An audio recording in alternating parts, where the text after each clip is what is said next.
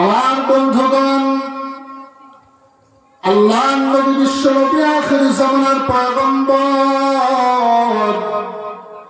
বন্ধু, আল্লাহ পাক রব্বুল আলামিন বলেন, আমি শুধু আমার নবীর উপরে দরুদ কবিতা নয়, আমি আল্লাহ পাক রব্বুল আলামিন যতগুলি ফেরেশতা দুনিয়ার মধ্যে পাঠাইছি, আল্লাহ পাক বলেন, ইন্নাল্লাহা ওয়া মালাইকাতাহু ইউসাল্লুনা আলান নবী ইয়া আইয়ুহাল্লাযীনা আমানু সাল্লু আলাইহি ওয়া সাল্লিমু তাসলিমা। আল্লাহ বলেন, নিশ্চয়ই আমি আল্লাহ সহ আমার যতগুলো ফেরেশতা আমি দুনিয়াতে বানাইছি, আমার সব ফেরেশতা সহ সকলেই আমার নবীর উপরে দরুদের হাদিয়া পাঠাই। আল্লাহ পাক পরের আয়াতে বলছেন, ইয়া আইয়ুহাল্লাযীনা আমানু, ও দুনিয়ার ঈমানদারগণ, আমি আল্লাহ যেমন দরুদের হাদিয়া পাঠাই, আমার ফেরেশতারা যেমন দরুদের হাদিয়া পাঠায়, তোমরাও তোমাদের নবীর উপরে দরুদের হাদিয়া পাঠাইবা। কারণ যার আমলনামার ভিতরে যত দরুদের আমল হবে, কিয়ামতের ময়দানে আল্লাহ পয়গম্বর মিজানের পাল্লার পাশে দাঁড়ায় থাকবে। আল্লাহর পয়গম্বর বলেন, আমি মিজানের পাল্লার পাশে দাঁড়াবো।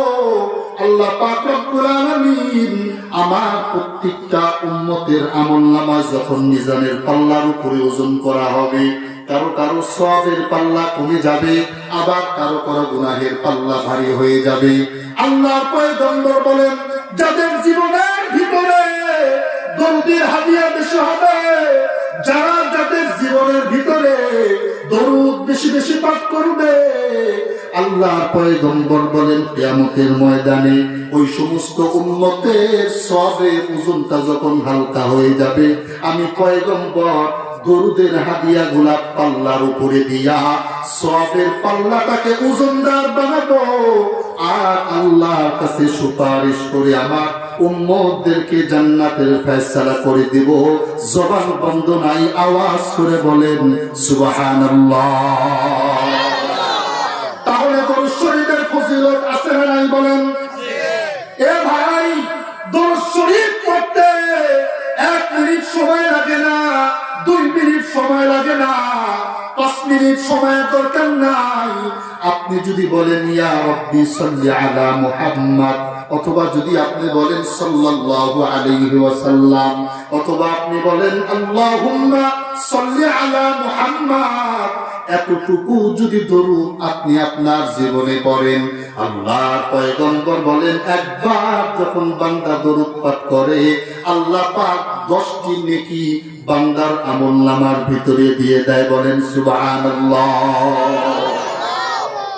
তাহলে ইয়া রাব্বি সাল্লি আলা মুহাম্মদ অথবা আল্লাহুম্মা সাল্লি আলা মুহাম্মদ এতটুকু মুখস্থ করতে কমস কম 3 দিন তো লাগবে। 3 দিন লাগবে না? অনেকের তো মুখস্থ হয়ে গেছে, কি বাপ জানেন না মুখস্থ হয় নাই?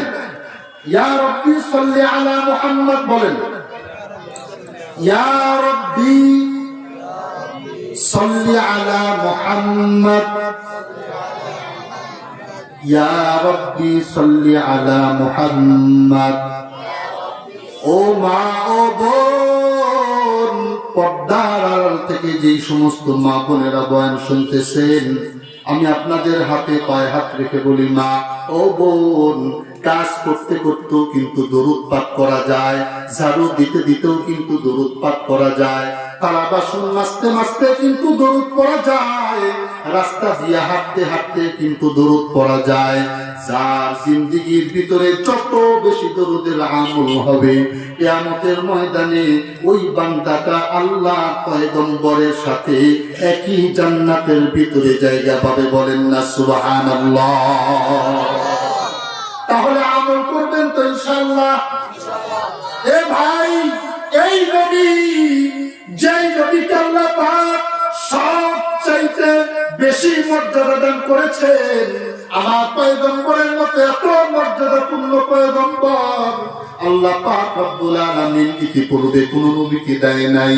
কোন নবীকে আল্লাহ পাক কোন এলাকার জন্য পাঠাইছে, কোন নবীকে আল্লাহ পাক একটা গোত্রের জন্য বানাইছে।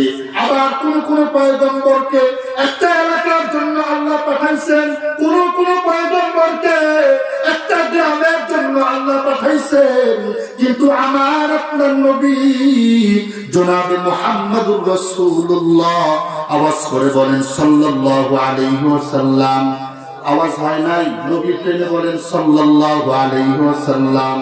আমার আপনার নবীকে আল্লাহ পাক কোন গোত্রের জন্য বানান নাই, কোন এলাকার জন্য নবীকে বানান নাই।